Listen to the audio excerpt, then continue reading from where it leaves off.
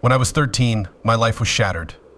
My father died in a car accident, and just months later, my mother lost her long battle with cancer. In the blink of an eye, I was alone. The state decided I was too young to take care of myself, so they sent me to a foster home. It was an old mansion tucked away in a hilly forest. I hoped to find some peace there, but instead I discovered something much darker. The mansion was like something out of an old movie, tall, with creaky floors, and surrounded by thick, dark trees. Mrs. Carter, who ran the place, was both the foster mother and teacher for all the kids. 10 other children lived there, but they were off. They barely talked, moved around like robots, and consumed candy as if it was their only food. Not just the occasional piece, but bowls and bowls of it. Mrs. Carter had a few servants, but one stood out: George, a creepy man in his 50s who had no business being around children. He never knocked before entering our rooms and had an unsettling habit of watching us during meals, his eyes lingering a little too long. Something wasn't right about the way George interacted with us. He'd pop up out of nowhere, scaring us in the halls, and always seemed to know what we were doing, even when we were supposed to be alone. The other kids didn't seem to notice or care. They were too wrapped up in the candy. One night, I woke up to the sound of muffled crying. I crept out of bed and followed the noises to Mia's room, one of the quieter kids who always kept to herself. When I peeked through the crack in her door, I saw George standing over her, whispering something. Mia was shaking, tears streaming down her face. "No, please, not that again. I don't want to do this." "If you don't do what I say, you'll never get the magic candies again," George hissed. Mia's sobs grew louder, but she nodded, clearly terrified. I felt a chill run down my spine. Something was seriously wrong. The next day, I started keeping an eye on George, trying to figure out what he was up to. I noticed how the kids seemed to almost worship the candy, doing almost anything for it, like cleaning George's shoes or giving him back rubs. One evening, I followed George to the pantry where he kept the candy. I waited until he left and then snuck in. That's when I found a stash of pills hidden behind jars of sweets. George was drugging us through the candies, getting us hooked. When the addiction got bad enough, he used it to control us, making us do disgusting things for him. The realization hit me like a punch to the gut. George was a predator, and Mrs. Carter knew it. She was too scared to do anything about it, so she let it continue. I was furious, terrified, and most of all, determined to stop him. That night, I gathered the other kids. They were confused at first, their eyes glazed over from the candy. I showed them the pills and told them what George had been doing. Slowly, the realization dawned on them. The fear turned to anger. When George came into the room, we all jumped on him, hitting, kicking, and doing anything to make him stop.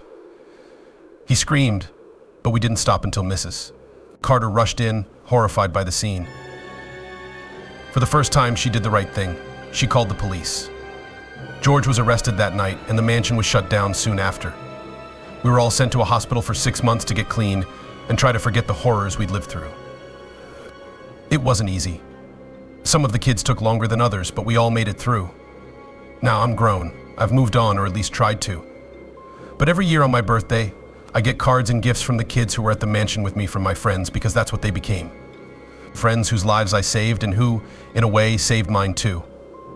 Life goes on, but those memories never really leave you. Every time I see a piece of candy, I remember what happened in that old mansion up in the hills. And every time I get one of those cards in the mail, I know that we all made it out. We survived, and that's what matters. When I was 11, I first arrived at the Parkers' house. I thought I had finally found a real family. The house was perfect, like something out of a magazine: white picket fence, flowers lining the walkway, and a porch swing. Mrs. Parker was always smiling, and Mr. Parker was the kind of man who patted your head when you did well in school. I had heard they had helped 4 kids before me, including Alex, with whom I had briefly shared a home earlier.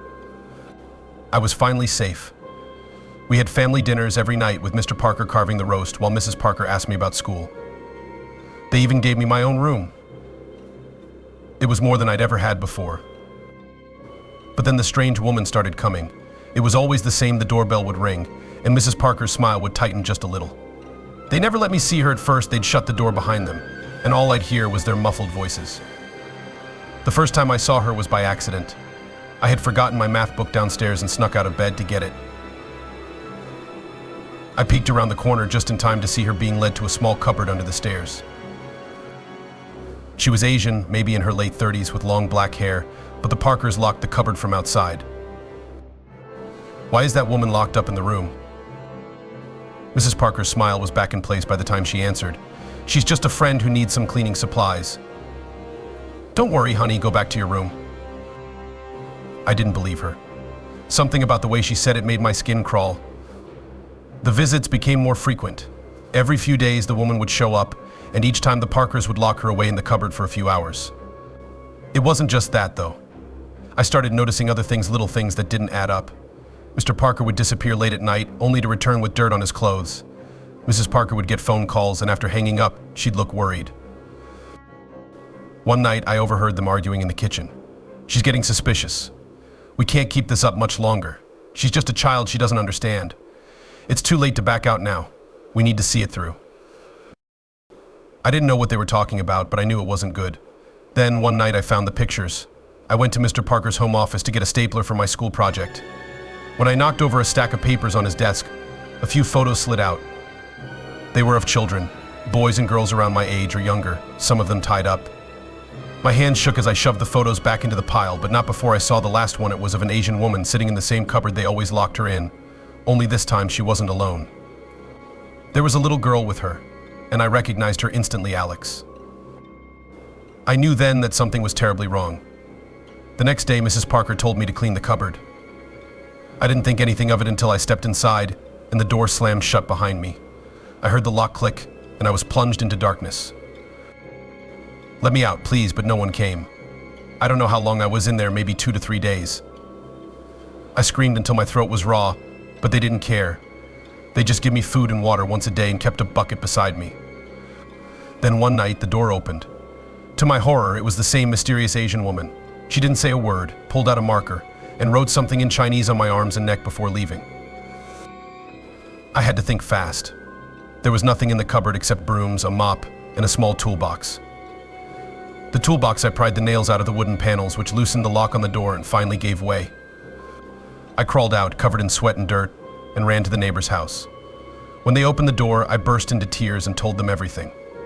The police came soon after, and over the next month, a massive crackdown happened as the arrest of the Parkers revealed a big human trafficking ring. They found the pictures, imprisoned the Asian woman and her friend, and this scandal shook our small town.